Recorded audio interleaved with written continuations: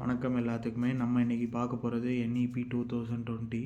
இதை நான் காலேஜ் படிக்கும்போதே நான் இதை பற்றி ரிசர்ச் பண்ணதில் இந்த NEP இப்போ நீட் ஆஃப் த ஹாரா அப்படின்னு சொல்லிட்டு கேட்கும்போது 95% ஆஃப் பீப்புளுக்கு மேலே கண்டிப்பாக தேவை அப்படின்ற மாதிரி. ஏன்னா 34 வருஷத்துக்கு அப்புறம் இந்தியாவில் இம்ப்ளிமெண்ட் ஆகக்கூடிய ஒரு விஷயம். நம்ம படித்த எஜுகேஷன் சிஸ்டத்தில் நம்மளே நிறைய விஷயங்கள் மாற்றணும்னு நினச்சிருக்கோம். அதில் இருக்கிற ஒரு கீ ஃபியூச்சர்ஸ் என்னென்ன அப்படின்னா, இதில் ஒரு ஃப்ளெக்சிபிளான லேர்னிங் கிடைக்கிது. அதே மாதிரி மல்டிபிள் ஸ்ட்ரீம்ஸ் ஆஃப் லேர்னிங் நம்ம இது பண்ணிக்கலாம். அதே மாதிரி என்ட்ரி அண்ட் எக்ஸிஸ்ட். இப்போ நம்ம ஒரு 2 வருஷம் தான் முடிக்கிறோம் அப்படின்னா நம்மளுக்கு டிப்ளமோ, 3 வருஷம் முடித்தோன்னா யூஜி, 4 வருஷம் படித்தோன்னா பிஜி, 5 வருஷம் முடித்தோம் அப்படின்னா பிஹெச்டி அப்படின்னு சொல்லிட்டு இந்த மாதிரி நிறைய புது புது விஷயங்கள் கொடுத்துருந்தாங்க. அதே மாதிரி பார்த்தீங்க அப்படின்னா ஸ்கூல் சிஸ்டத்தை 10+2 இருந்ததை 5+3+3+4 அப்படின்னு சொல்லிட்டு அதை ஸ்ட்ரீம்லைன் பண்ணி 5th கீழே வரைக்கும் கம்பல்சரியாக மதர் டங்கில் படிக்கணும். அதுக்கப்புறம் 6th அப்புறமே நம்ம கோடிங்கு, நம்ம அதாவது எப்படி சொல்கிறது, தொழில் சார்ந்த நிறைய விஷயங்கள் படிக்கும்போது ப்ராக்டிக்கல் லேர்னிங்ஸ்க்கு அந்த குழந்தைங்களுக்கு நிறைய ஆப்பர்ச்சுனிட்டிஸ் இருக்கும். அதுக்கான இதில் ஒரு ஸ்பேஸ் கொடுத்துருக்காங்க. அதே மாதிரி இன்னும் ஒரு அடிஷ்னலான விஷயம் என்ன அப்படின்னு சொல்லணும் அப்படின்னு நினச்சோன்னா, அந்த வெரைட்டி ஆஃப் சப்ஜெக்ட்ஸ் படிக்கும்போது எனக்கு ஒரு ஸ்ட்ரீம் பர்டிகுலராக பிடிக்கல, செய்யலை, எனக்கு இது தான் பிடிச்சிருக்கு அப்படின்னா அதை கைட் பண்ணுறதுக்கு ஒரு கெரியர் கைடன்ஸ் கவுன்சிலரை அப்பாயிண்ட் பண்ணுறோம் அப்படின்ற மாதிரிலாம் சொல்லியிருந்தாங்க. இதெல்லாம் ரொம்ப நல்ல விஷயங்களாக தெரிஞ்சது. அடுத்து இதில் இருக்க ஸ்ட்ரகிள்ஸ் நான் என்ன பார்க்குறேன் அப்படின்னா, பேசிக்காகவே இப்போது இதெல்லாம் நடைமுறைப்படுத்தணும் அப்படின்னா நல்ல டீச்சர்ஸ் வேணும். ஸோ அந்தளவுக்கு எக்யூப்டான டீச்சர்ஸ் இருக்காங்களான்னு தெரியல. ரொம்ப அண்டர் குவாலிஃபைடு, பே கம்மியாக வாங்கி ஏதோ ஒரு சம்பளத்துக்குன்னு இருக்க டீச்சர்ஸ்.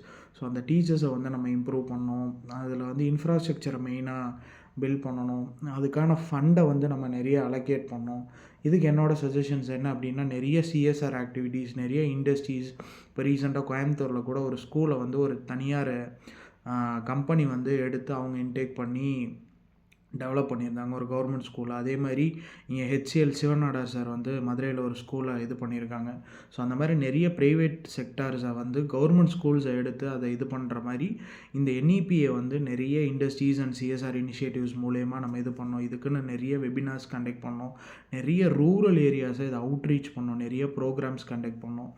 இது மட்டும் இல்லாமல் பார்த்தீங்க அப்படின்னா, நம்ம சைடில் இருந்து நம்ம சோஷியல் மீடியாலேயும் சரி, இதுலேயும் சரி, இதுக்கான நீட்ஸ் என்ன அப்படின்றத பீப்புளை போய் ரீச் அவுட் பண்ணுறதுக்கான வேலைகளை பண்ணணும். லைக் மோர் தென் 34 இயர்ஸ்க்கு அப்புறம் வரக்கூடிய ஒரு விஷயம்.